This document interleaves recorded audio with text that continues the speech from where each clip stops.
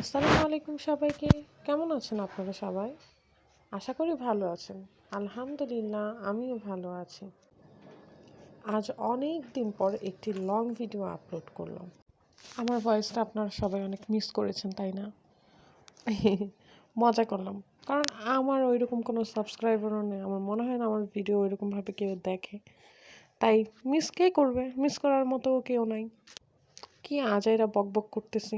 যাই হোক, আসল ভিডিওতে আসি। আজ আমি আপনাদের জন্য বানিয়েছি একটি চাবির রিং। মাশরুম কি রিং?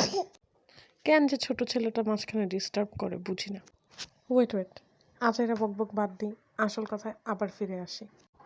তো মাশরুম কি রিংটা বানানোর জন্য আমি আজকে ওয়াল পারপাস ইউজ করেছি। ওয়াল পারপাস, গ্লু, পানি এবং সামান্য একটু তেল মিক্স করে আমি ক্লেটা বানিয়ে নিয়েছি। সেই ক্লে দিয়ে আমি আজকে মাশরুমটা বানিয়ে। আপনারা যদি কেউ ওয়াল পারপাস দিয়ে ক্লে কীভাবে বানায় সেটা দেখতে অথবা জানতে আগ্রহী, তাহলে আমাকে কমেন্টে জানাবেন। সেটার উপর ভিত্তি করে আমি আপনাদেরকে এটার ওয়াল পারপাস দিয়ে কীভাবে ক্লে বানাতে হয় সেটার একটি ভিডিও আপলোড করে দিব। যাই হোক, আমি ক্লে দিয়ে প্রথমে মাশরুমটি বানিয়ে নিব। বানিয়ে নেওয়ার পরে আমি এটি ফেভিকলের সাহায্যে সেট করে নিব। সেট করা হয়ে গেলে এখন আমি রং করে নিব। প্রথমে আমি উপরের অংশটা পুরোটা লাল রং করে নিব। এরপর আমি একটি পিন এবং পার্লের সাহায্যে উপরে হোয়াইট কালার করে নিব। নিচের অংশটাও কালার করে নিলাম। কালার করা হয়ে গেল আমার মাশরুম কিরিং।